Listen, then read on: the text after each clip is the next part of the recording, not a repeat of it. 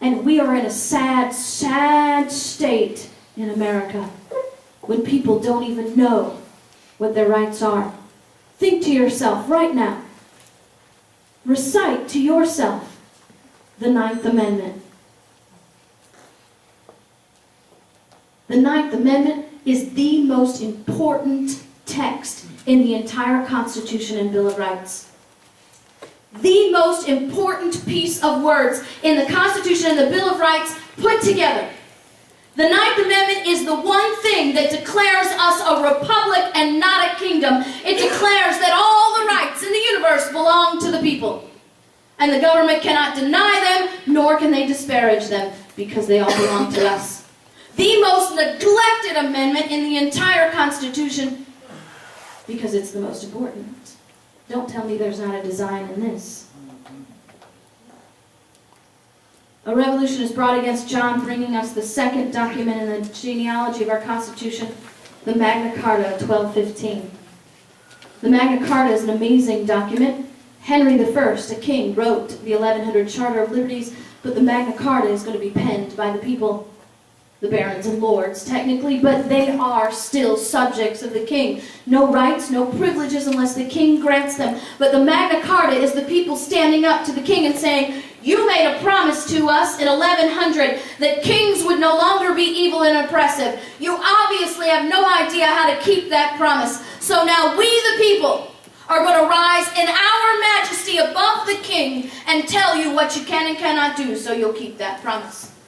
No taxation without representation, and then creates a committee of 25 men with the power and the authority sitting right there in the king's court to look at the king and say, no, you can't do that because it breaks your promise.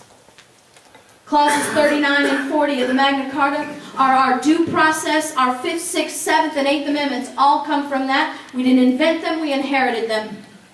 Clause 61 of the Magna Carta declared the rights of the people to petition the government of their grievances. That should sound familiar too. That's that 5th aspect of the First Amendment we always seem to forget. So let me make it easy for you, right? Because that was the right to petition the government of your grievances. We forget that. That's way too many words. So you have freedom of religion, freedom of speech, freedom of press, the freedom to assemble, and the freedom to complain. There you are. There's your 5. John signs the Magna Carta because he's got a sword at his throat. And the people are going to remove him from the throne a year later. But setting up a system where the people can tell the king what he can and cannot do is not going to be a popular one. And the people are now going to have to fight for 400 years to maintain that control. The year is now 1625. The king is Charles I.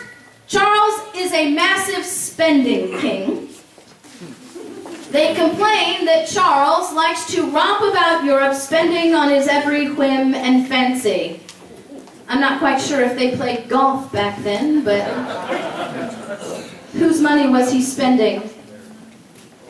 The people's. How was he collecting their money? Taxes. Parliament, which is those 25 men now, get tired of Charles' wasteful spending, stand up to him and say, we're not passing any more of your taxes until you get your spending under control. Charles says, fine, but I'll remind you something, I'm king. Why do I even need Parliament?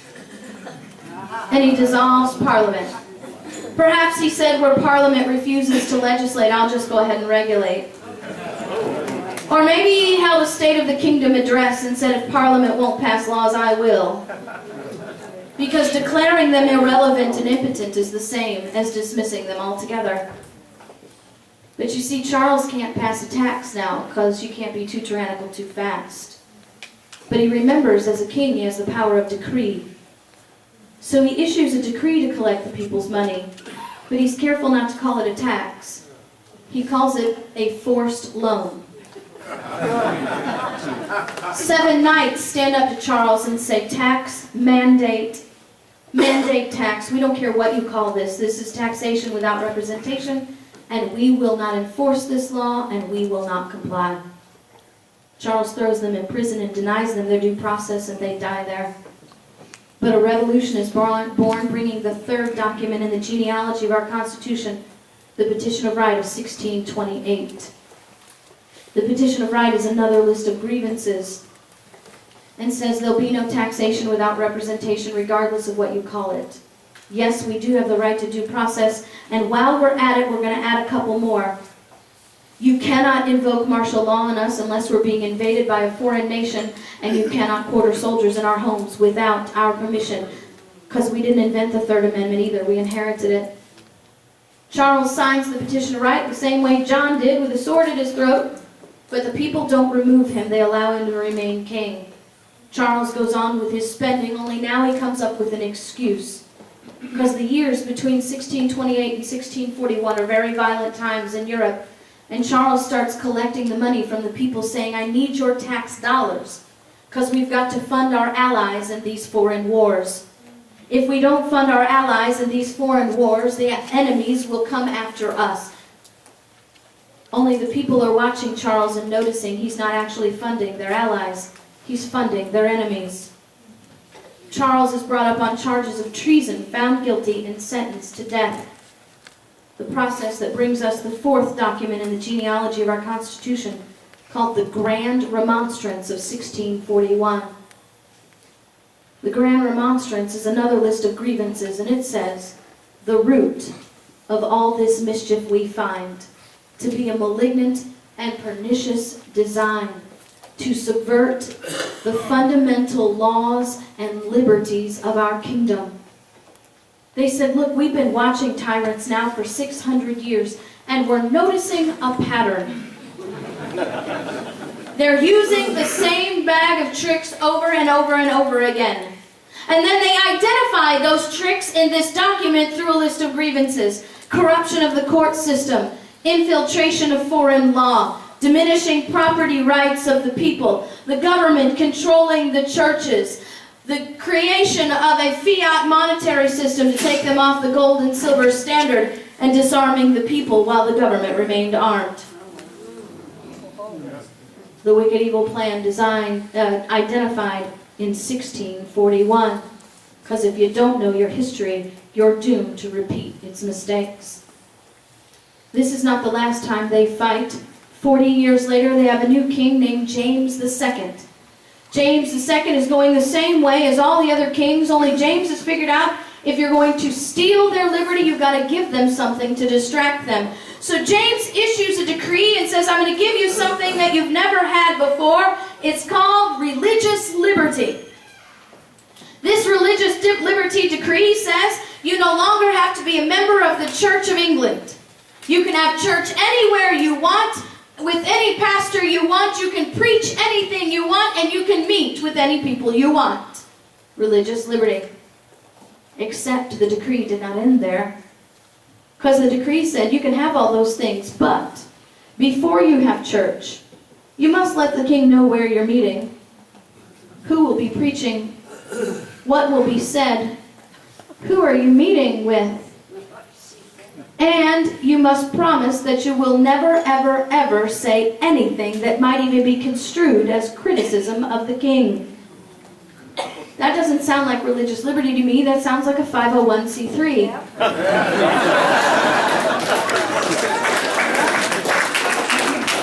James then demands that the bishops read this decree in their churches, and 7 bishops stand up to James and say, wait a minute, we have a promise 500 years old that says the church will be wholly free from government intrusion. We're not reading anything. James arrests them, throws them in prison, and charges them with the crime of seditious libel. Seditious libel is that aspect of the decree that says you can't criticize the king. Now, James has learned from Charles, you got to give them their due process, or they'll chop off your head. So in this seditious libel decree, you get your day in court, but James has nothing to worry about, because seditious libel is written in such a way that truth is no defense. So even if you're correct in your criticism of the king, you have to die because you can't criticize the king. 7 bishops got their day in court. 7 bishops who should have been sentenced to a death sentence were acquitted because 2 judges refused to enforce an unconstitutional decree, and for the rest of them, the jury of their peers refused to find them guilty of an unconstitutional crime. because we didn't invent the trial by jury, nor jury nullification. We inherited them both. A revolution is brought against James, bringing us the fifth document in the genealogy of our Constitution, the English Bill of Rights of 1689. This English Bill of Rights of 1689 was the very extension of the constitutional charter over those 700 years that our framers brought to this country. It says, the late King James II, by the assistance of evil judges, counselors, and ministers employed by him, did endeavor to subvert and extirpate the religion and liberties of this kingdom. Now that word extirpate means to completely destroy, and that's a pretty strong word. And they said James was completely destroying liberty by writing law, overturning law, and setting aside law when that was the sole privilege of the legislative branch. Because you see, we did not invent separation of powers, we inherited them. And apparently in 1689, they knew that when the executive branch writes laws, sets aside laws, and eliminates laws, when that's the job of the legislative branch, that's the complete destruction of liberty. But apparently our Congress hasn't picked up the fact that executive orders are the exact same thing. So when it came time to create our Constitution, our Bill of Rights, our Declaration of Independence, we didn't have to invent anything. It was already there. How many of you remember being taught that the Pilgrims came to this continent looking for religious liberty? Raise your hand. That's what we're taught, but that's not true. They were not coming here searching for religious liberty. They were coming here fleeing religious persecution. There is a big difference. Because when they came here, it was under the charter of the king, still swearing allegiance to the king. That's how the colonies remained property of the Crown of Great Britain. And in that, each of those charters set up their own governments. And within those governments, they set up the religion of that charter. The only religion that was lawful. So if you came to the new colonies fleeing religious persecution, and you ended up in a chartered colony that was not your religion, you stopped practicing your religion, or you went to prison. Because it was not simply unwanted, it was illegal. They had these provisions in the charters called test acts that said, if you want to be in government, you must take an oath of loyalty to the chartered religion. Now, before we start kicking them too badly, let's remember that liberty, although inherent, is not a natural tendency for people. The natural tendency for people is to want to be ruled. Remember the Israelites? God said to them, I will be your king. I will be your provider. I will be your savior and your supplier. You don't have to worry about anything. I know what you need before you even ask. The Israelites rebelled against God and said, no, we want a man king like everyone else. Liberty is an inherent gift, but it's not a natural tendency. And so this understanding of liberty is something that we had to acquire through hard, blood-bought lessons.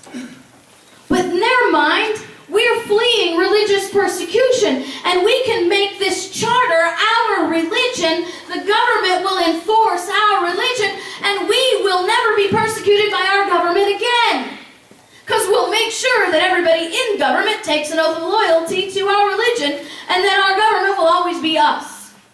Problem is, politicians don't always tell the truth.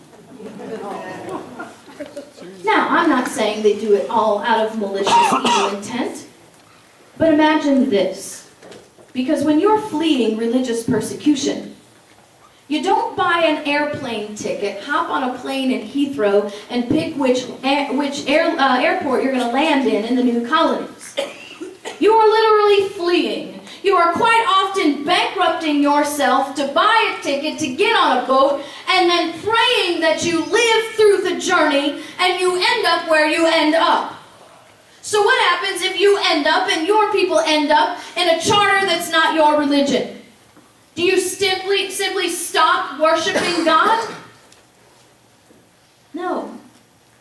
Maybe you can justify taking an oath that you don't believe in so you can get into the government and change that chartered religion to your own, so now the government cannot persecute you anymore. They'll just persecute everybody else. Doesn't that make sense? Because you see, we often forget that the sword the government wields to protect us can very quickly become the sword that persecutes us. Not only that, maybe you don't want to take an oath that's a lie. Do you just stop worshiping God? Do you stop having church? Because this is the dilemma that these pilgrims really had. There was a man by the name of Obadiah Holmes. Obadiah Holmes was a preacher for the Baptist separatists, fleeing persecution in Europe as well. They ended up in a charter that was not their religion, but they continued to have church. I don't know if any of you know Baptist preachers. I'm married to one. You don't shut them up, okay? Doesn't happen.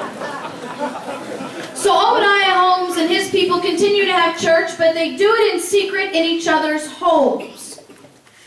Until one day somebody knocks on the door and turns them in. The constable says to Obadiah Holmes, "Are you preaching outside the chartered religion?" He says, "Yes, I am." He was immediately arrested, thrown into prison, and beaten so severely that he had to spend an entire week on his hands and knees because there was no other way to be relieved from the pain. Because you see, that happened on this soil. On the new colonies, men and women were fined and arrested and persecuted, tarred, feathered, tortured, even killed for their religious beliefs. We're not talking about Iraq. We're not talking about China. We're talking about the foundation of the colonies that would become the United States. So when it came time to create the more perfect union, there was a group in the state of Virginia called the Virginia Baptist General Convention.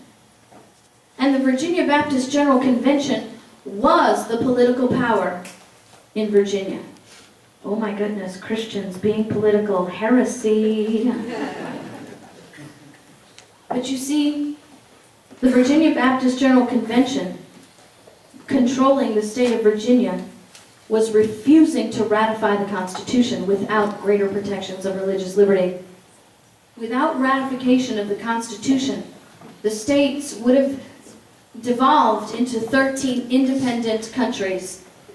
We'd have been picked off like that, one by one, by the very countries that helped us gain our independence. France, Spain, Holland, all still occupying us in some way or another. We were in great debt to these countries.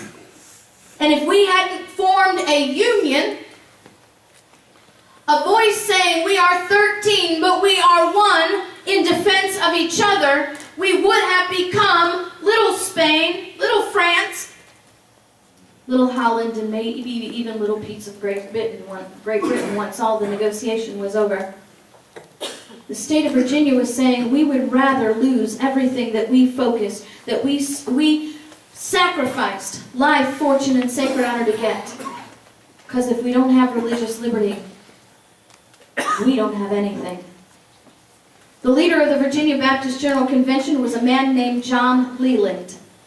John Leland did not want to be a politician anymore, but the Virginia Baptist General Convention wanted him to be the delegate for the state of Virginia. Raise your hand if you've ever heard of John Leland. John Leland didn't want to be the delegate, so he met with his opponent. Now everybody knew that the Virginia Baptist General Convention was the power in Virginia, and that Leland would be the delegate. So John Leland met with his opponent and made a deal. and said, I'll back out of this race. I will endorse you. You know that will guarantee you this seat to be the delegate for the state of Virginia. But you must promise that you will do everything humanly and superhumanly possible to make sure that we have greater protection of religious liberty. His opponent agreed. You know his opponent, by the way. His name is James Madison. James Madison agreed with John Leland to ensure that there would be greater protection of religious liberty. And it's because James Madison honored that promise that we have a First Amendment and we have a Bill of Rights. The Bill of Rights was not an afterthought.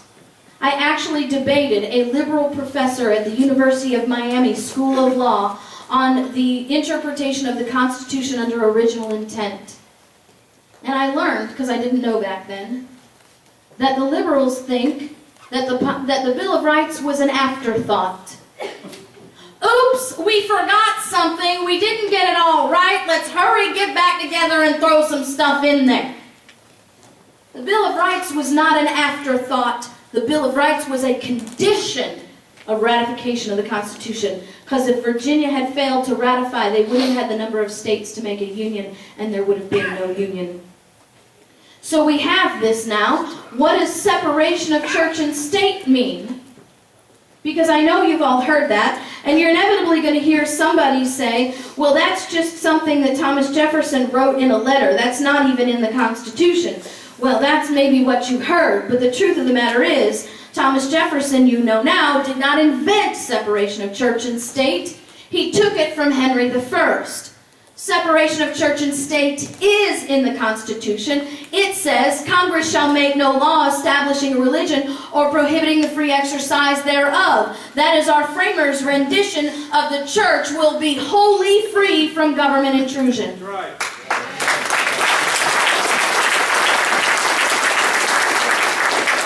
But because we don't know our history, and we don't even know why Thomas Jefferson wrote that letter, we don't understand what that means.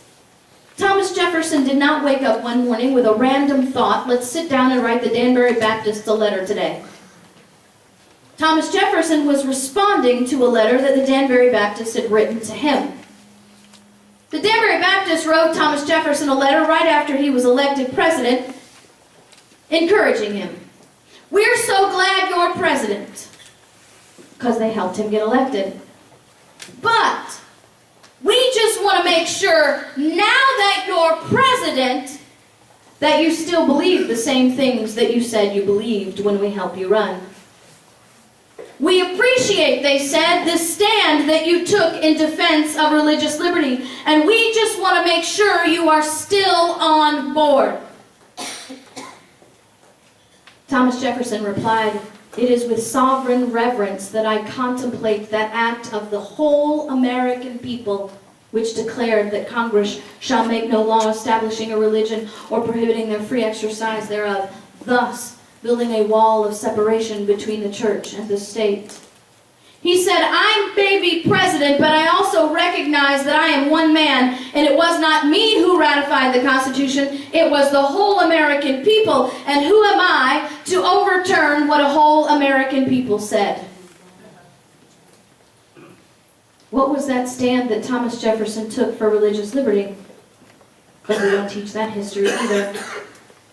Shortly after we ratified the Constitution and the Bill of Rights, a group of legislators got together to pass a bill called the Payment of Christian Teachers with Tax Dollars. They were going to collect tax dollars and pay the Christian teachers. Thomas Jefferson was vehemently opposed to this legislation, and so were the Baptists. Why? Why? Thomas Jefferson said to force someone to pay for something that they do not believe in is sinful and tyrannical. Because Richard Henry Lee said, although we are not disposed to differ much about religion now, why not make religious liberty a part of that national compact? Not disposed to differ much. They were pretty much all Christians, but not completely.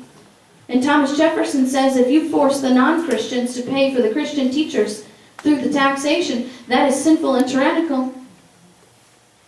And the Danbury Baptist said, "It is believed to be repugnant to the spirit of the gospel for the legislature thus to proceed in matters of religion." Repugnant, that's a strong word, isn't it? Repugnant to the spirit of the gospel to pay Christian teachers with tax dollars. How is that possible? Well, very loosely, the spirit of the gospel is this. Through the fall of Adam, man inherited a sinful nature which created a chasm between God and man that man himself could not reconcile. So God sent his only begotten Son to be the perfect sinless sacrifice, a reconciliation between man and God that could not be completed by man, only by God himself. And because of that sinless sacrifice of Christ on the cross, we now have faith in Christ alone to get eternal salvation. Not what man has done, but what Christ did.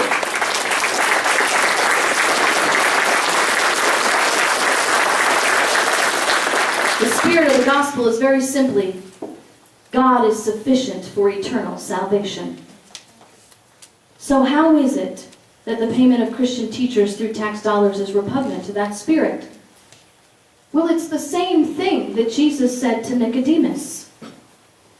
"If I teach you of earthly things and you believe me not, how will you ever believe me in the heavenly?" Because see, Christians, and I'm just addressing Christians right now, are you not told to raise your children in the love and admonition of the Lord? Are you not told to raise your children in the way that they should go so they will not depart from it? And if you know your Bible, you know the Bible also teaches that you are to educate, to teach your children separate from the heathen. Now God said in Matthew chapter 6 that God so clothed the grass in the field, which is here today and gone tomorrow. The sparrow does not work, he does not toil, he does not labor, but yet he still has something to eat. And the lilies in the valley, are Solomon in all his array was never dressed as well as the lilies in the valley. How much more would your Father in heaven provide for you? It then goes on to say that when you worry about what you're going to wear and what you're going to eat and how you're going to live, you look like what the Gentiles look like. Who were the Gentiles in that day? The non-believers. God is saying, when you worry about how you're going to provide for the things that I'm supposed to provide for you, you look like an unbeliever. I don't even recognize you as my child. Therefore, think not on what you shall wear and what you shall eat and how you shall live, because your Father in heaven knows what you need before you even ask. Seek ye first the kingdom of God and his righteousness, and all these things will be added unto you. So if God tells us that we're supposed to raise our children in the love and admonition of the Lord, then we as Christians should know that we can rely on him by faith to pay for that. But when we run to the government as Christians to ask the government to pay for our Christian schools and our Christian teachers, what we're proclaiming to a lost and dying world is that God is insufficient to meet our earthly needs and he needs a government bailout. Which means what you're telling the world of non-believers is that God is insufficient to provide for your earthly needs. So when you bring them the gospel, how can they ever believe you that God will be sufficient for their heavenly needs? This is why, Christians, we are called hypocrites. The Baptist went on to say, should the legislature assume the right of taxing the people for the support of the gospel, it will be destructive to religious liberty. How would paying Christian teachers with tax dollars destroy religious liberty? Because you're paying the Christian teachers to teach the Christian gospel and you're prolonging the Christian religion, right? Wrong. Because you see, what they knew was whom the government employs in its service, it has the right to regulate and dictate to. And it will not be long before they will judge and determine who shall preach, when and where, and what they shall preach. Because when the government pays someone, they don't become employees of the people. Your school teachers don't call themselves employees of the people. They call themselves state employees. The IRS does not refer to themselves as employees of the citizens of the United States. They refer to themselves as federal employees.